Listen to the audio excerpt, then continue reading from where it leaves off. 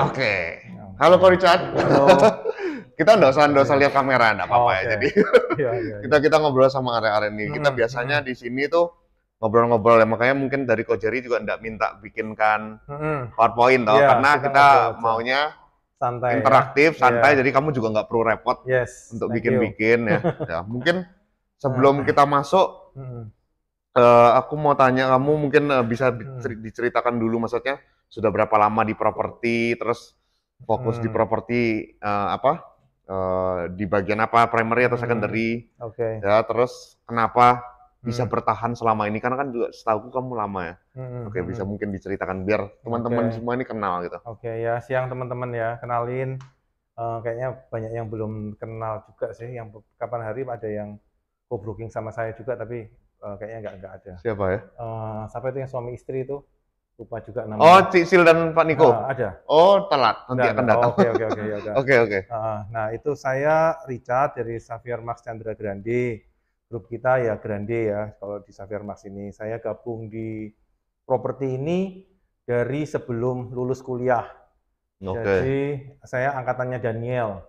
Pertama kalinya Bu Chandra buka kantor era Chandra, itu saya marketing pertamanya. Iya, karena saya waktu kuliah dia ajak, jadi nggak ada kan, marketing kan jualan sendiri. Temannya kok Daniel dah? Ya, Oke. Daniel, satu kuliahan sama Daniel, kita sama-sama TI. Nah, terus udah si mamanya kan nggak punya marketing kan, ya udah Daniel ajakin teman-temannya. Tahun berapa ya ini gue? Itu tahun 97. Wah, sebelum Krismon. Itu masalahnya. Berarti kamu habis itu ketemu Krismon ya? Oke. Yes, jadi saya ketemu Krismon 98, diajak sama teman keluar negeri. 4 tahun kerja di luar negeri. Sempat keluar lagi, terus baru masuk lagi 2003, balik lagi ke Indonesia juga, masuk lagi ke properti. Kenapa kok masuk properti? Karena pada zaman saya dulu, waktu itu ya, zaman tahun 97 itu fresh graduate itu, ya salary-nya kalau kita mau masuk ke kantor waktu itu, yang teman-teman tuh masuk di Sampurna, banyak masuk di Sampurna itu 600-700 ribu kan. Nah gitu.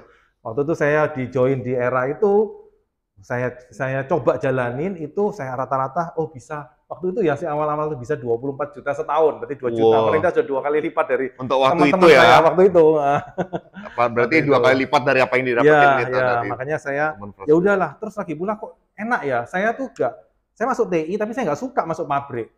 saya pernah salah jurusan. Iya, salah jurusan, kerja praktek di pabrik, waduh kok nggak enak ini, panas segala macam. Nah, waktu itu jadi bukan, nggak ini ya, terus gitu loh. Apa males kali Ferry atau ya apa, nggak ngerti saya. Pokoknya saya nggak cocok lah, di hatinya nggak pas lah ya. Iya, terus di sini kok enak, kok gampang ya. Sebenarnya gampang loh kerjaan kita ini, teman-temannya yang udah masuk di sini nih gampang. Cuman memang perlu ketekunan, ya perlu kerajinan, perlu fokus gitu aja.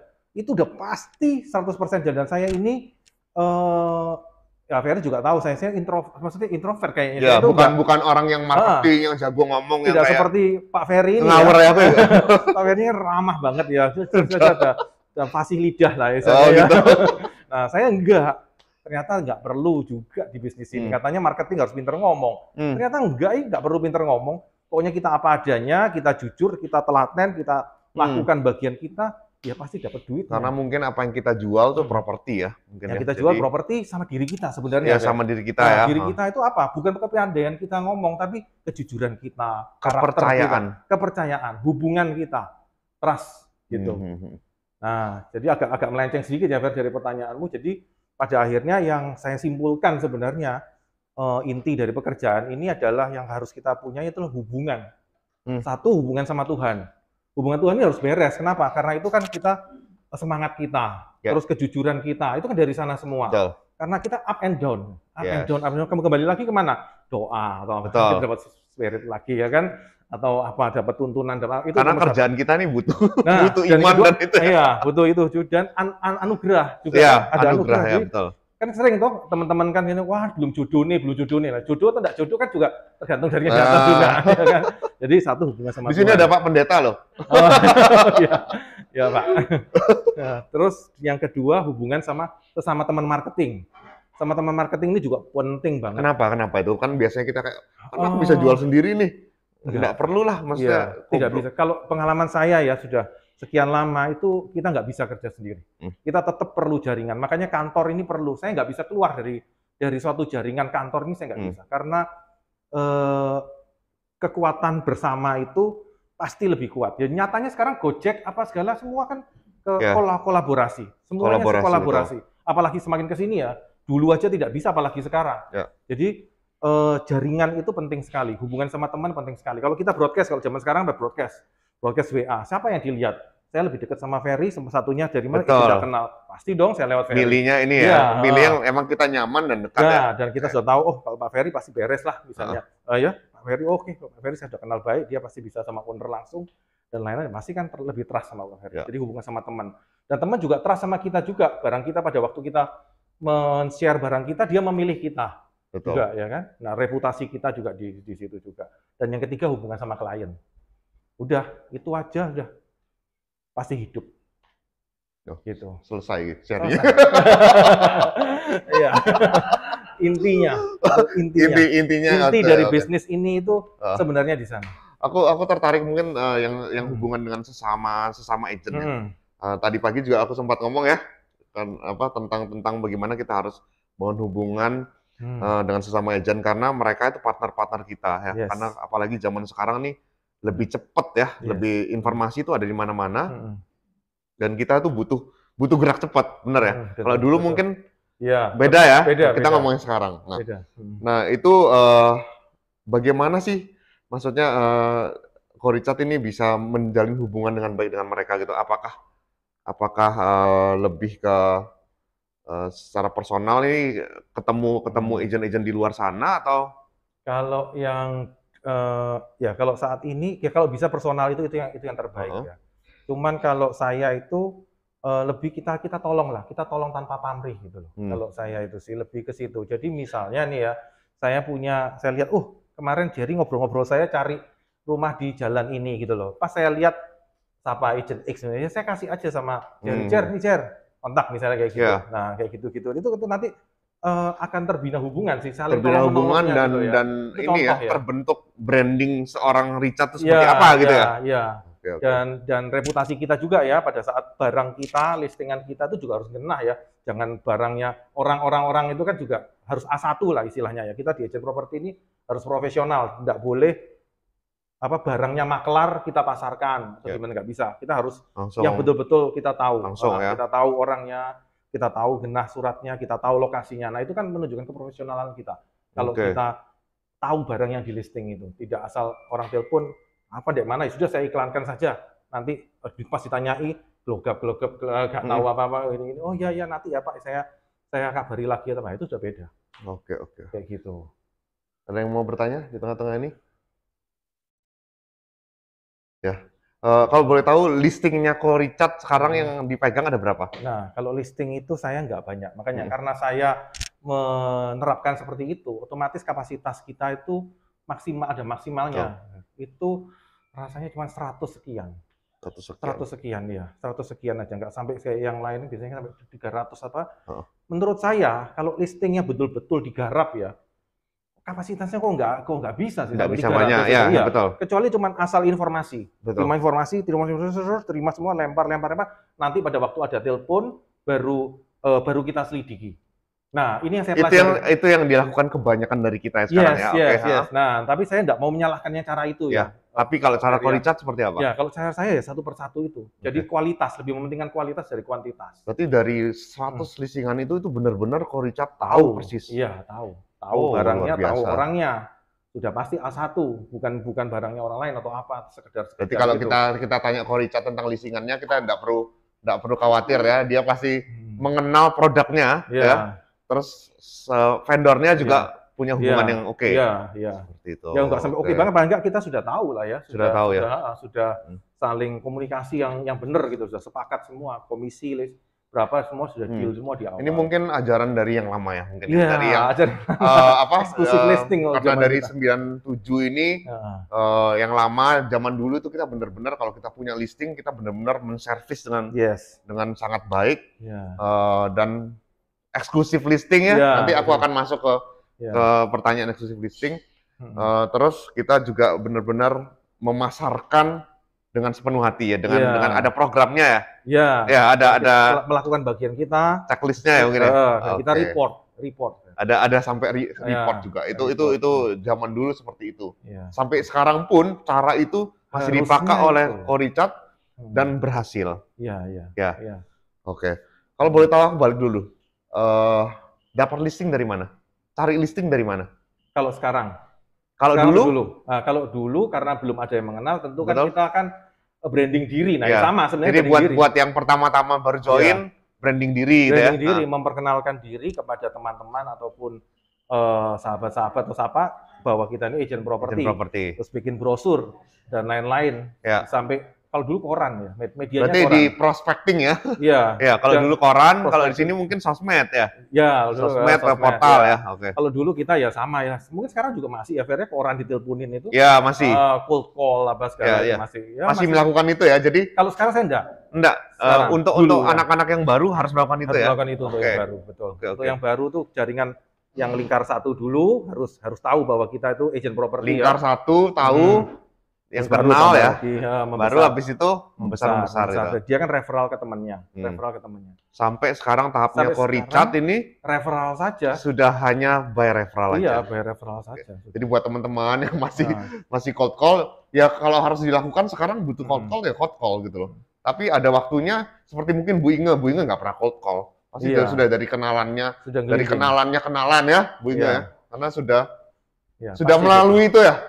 Zaman dulu sudah dilewati gitu loh. Tapi buat teman-teman yang belum melewati ya harus lewati dulu ya cold call-nya. Oke. Berarti dapat banyak referral ya. Akhirnya referral, betul. Itu karena mungkin percaya juga ya. Iya, karena kan satu klien sudah dilayani dengan baik, pasti dia akan pasti bilang ini temanku dan temannya kontaknya. Dan kalau sudah referral enak banget. Kalau sudah referral menurut Ko-Richard ini kemungkinan untuk closing lebih tinggi nggak sih? Sangat tinggi. Meningkat sangat drastis. Karena orang yang mereferalkan ke kita tuh kayak pasang badan demi kita kan gitu loh dalam tanda kutip ya.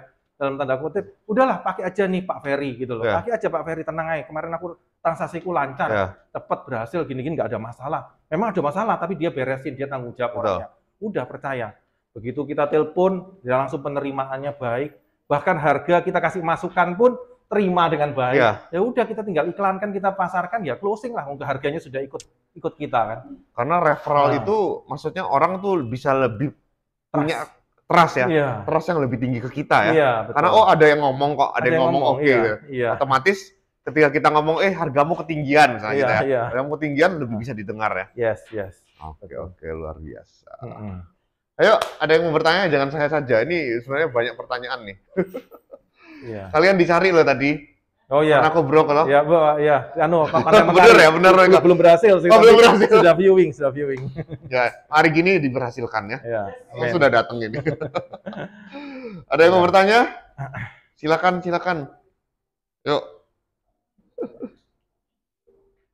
Oke, aku masuk aja. Tentang exclusive listing. Ya. Zaman now, exclusive listing itu jarang banget. Ya. Apalagi semua agent hampir 90% lebih ya mungkin ya. 90% lebih itu sudah tidak mau exclusive listing dan tidak menawarkan sama sekali untuk exclusive listing. Setauku Ko-Richard masih tetap ya?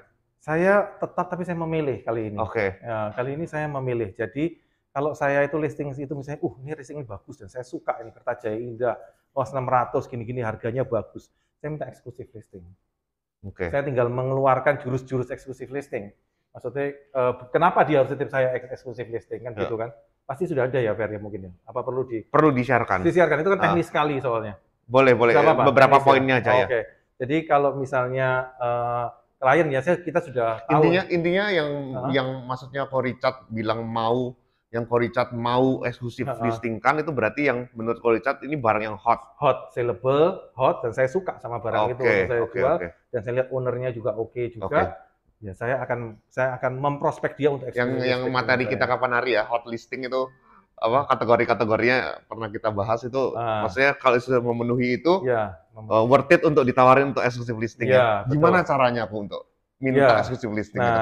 Kan kita pada waktu kalau kita sudah tahu mau eksklusif listing, kita jangan ngeluarin open listingnya. Kan nanti orang kan akan milih yang itu. Jadi kita akan bilang, Pak, Oke, ini saya pasarkan ya. Pertama kali kan biasa ya, bangun hubungan sama ya, bangun hubungan, dengarkan dia apapun yang dia mungkin oke, terus kita kasih masukan kepada dia, oke menurut saya harganya segini.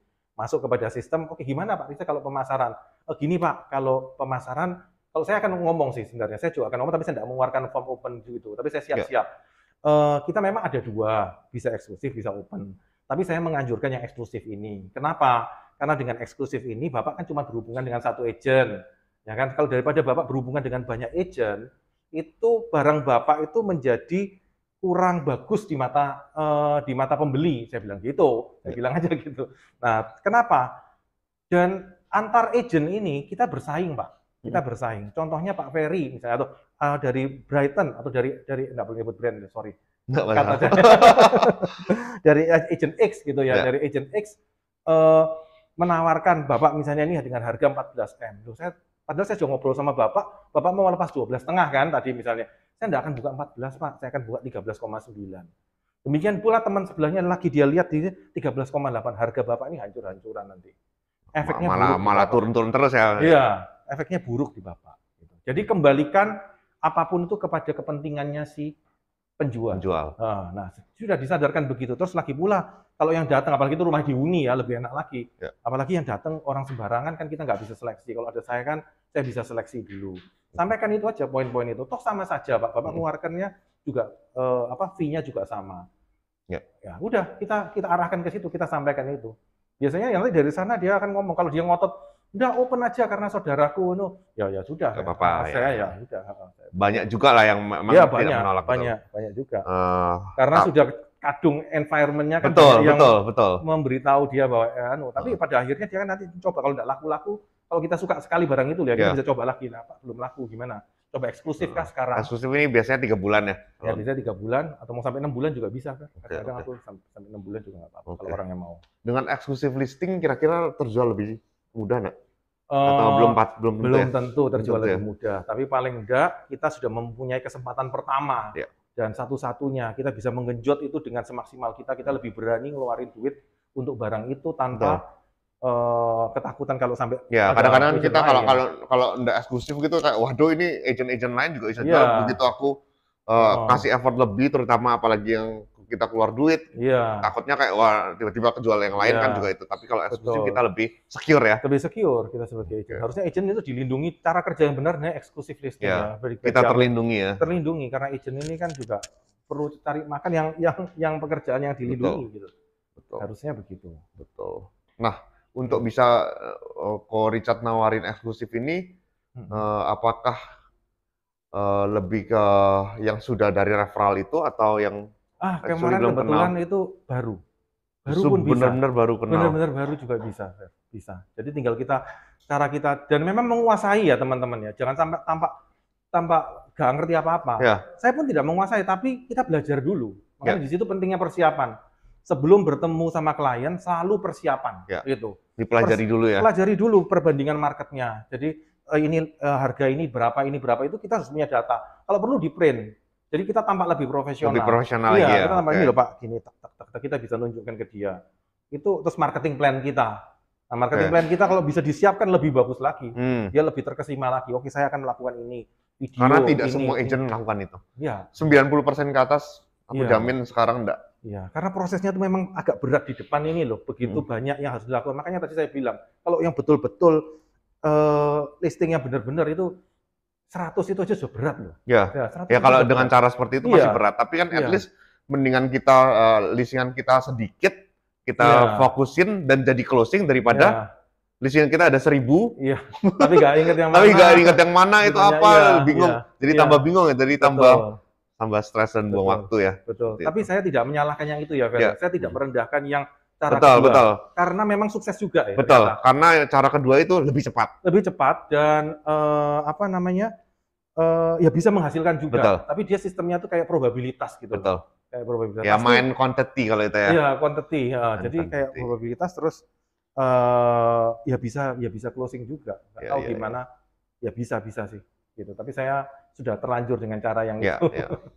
Silakan ya teman-teman, ini Ko Richard, maksudnya yang punya pengalaman 20 tahun lebih ya.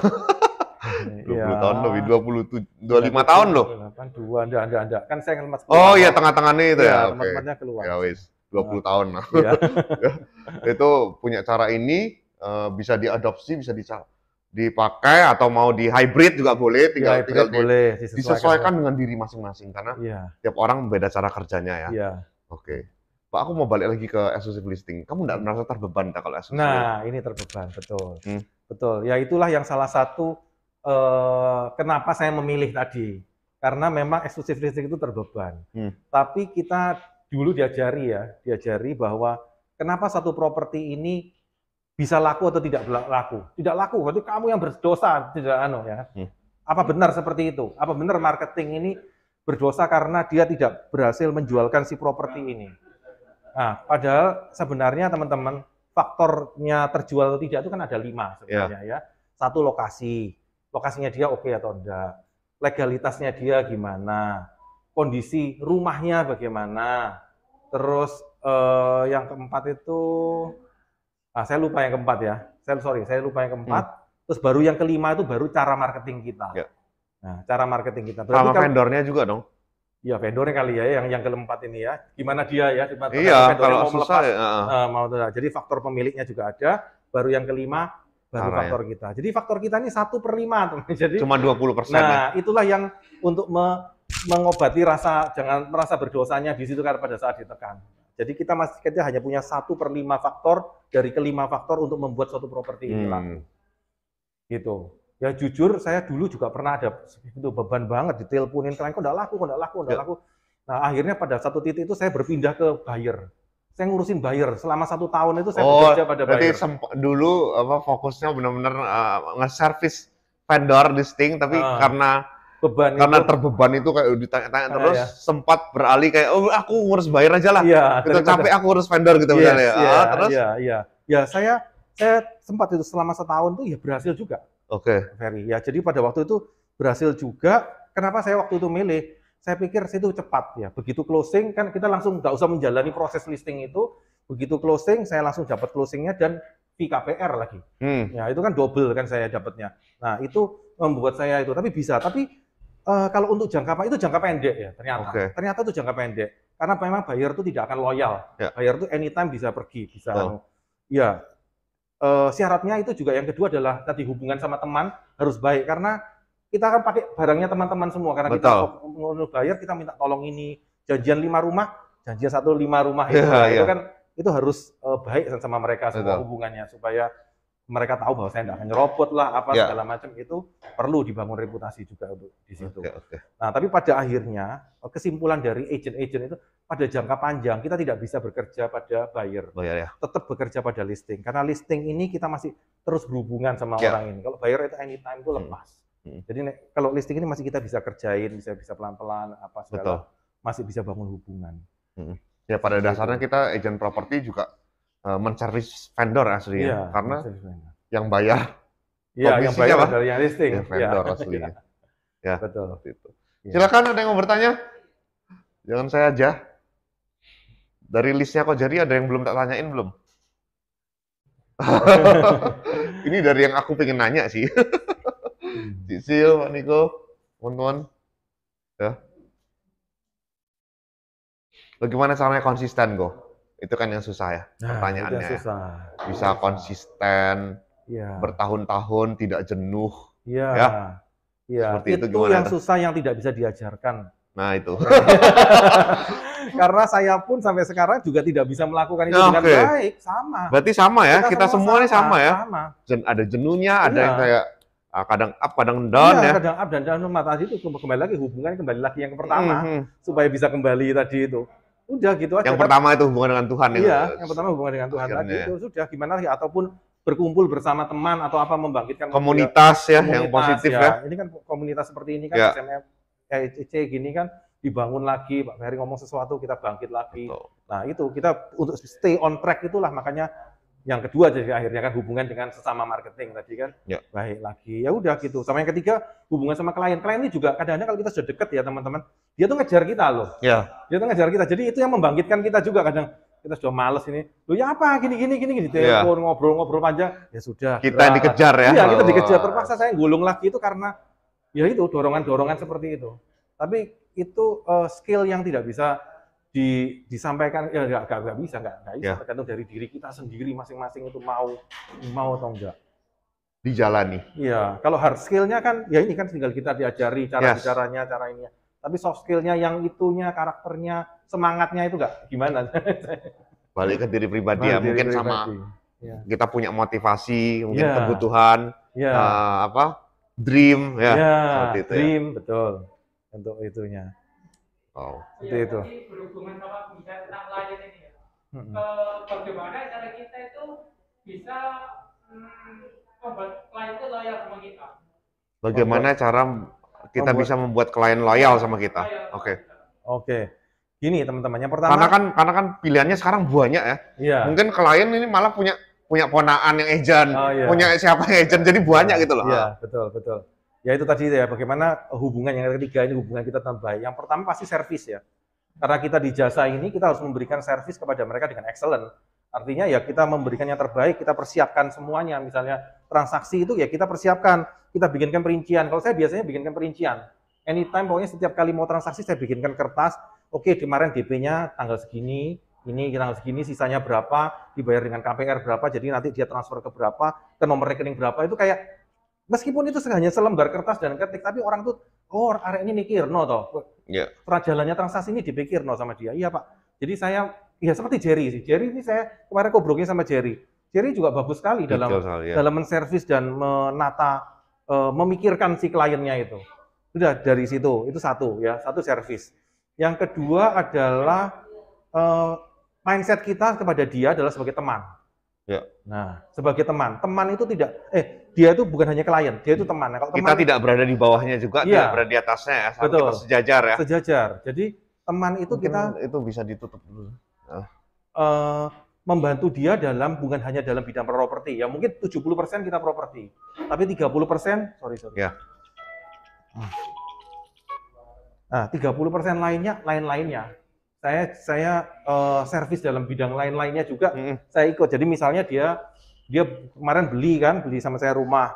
Ternyata dia mau buka opening cuci mobil. Ya mobil saya cuci di dia. Misalnya betul. Atau dia buka restoran. Ya.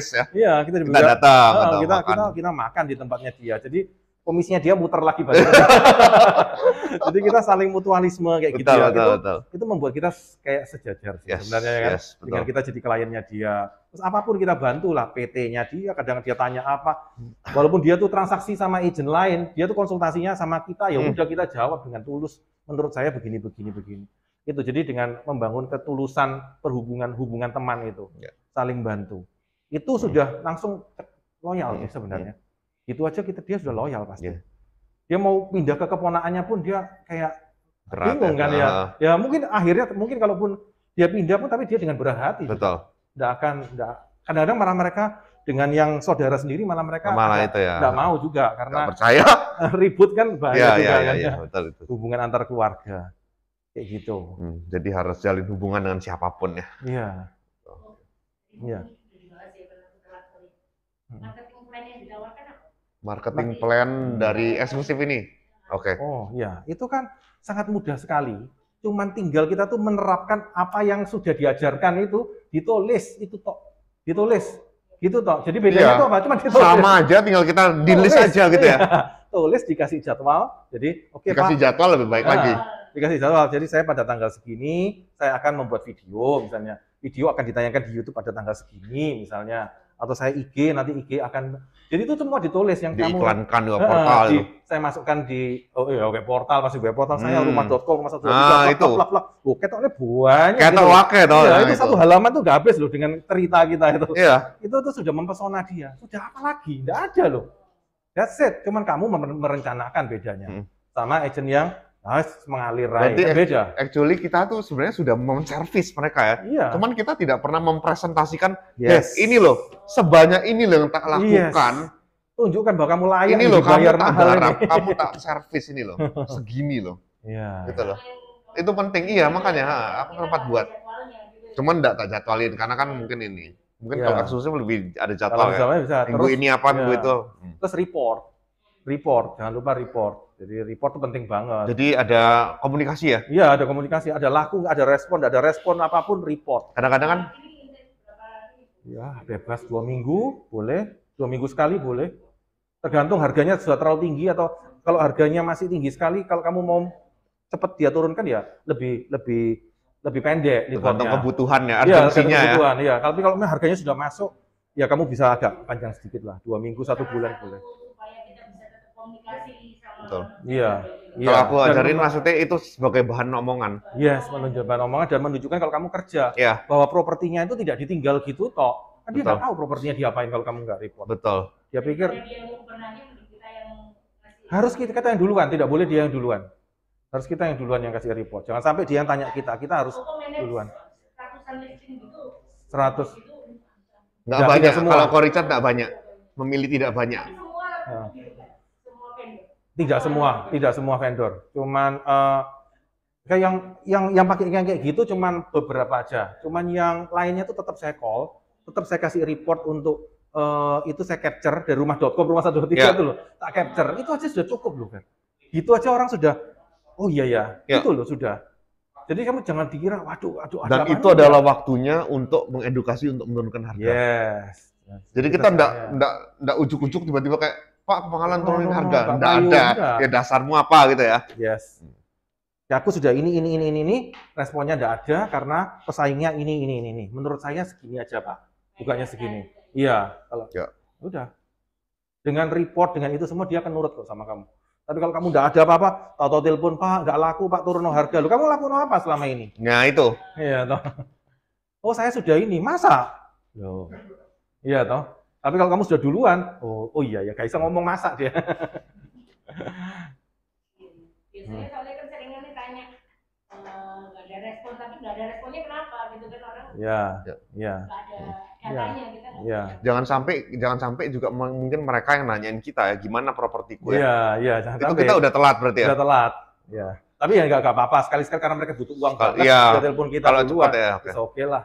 Pokoknya kita sudah ada jadwalnya, mau reportnya kapan. Kadang-kadang kita mau report, mau informasikan tuh kadang-kadang kan ada yang sungkan juga ya, maksudnya waduh nggak ada respons kayak gitu loh. Tapi kan kalau kita pelajari dari zaman dulu kan juga bad news is better than no news. Yes. Benar ya? Yes, benar. Jadi bad newsnya bahwa tidak ada respons ya jauh lebih mending daripada kamu nggak kabarin sama sekali. Betul. Ya. Oke. Betul. Gitu. Ada yang mau bertanya lagi? Woi, Pak Jerry terus ya.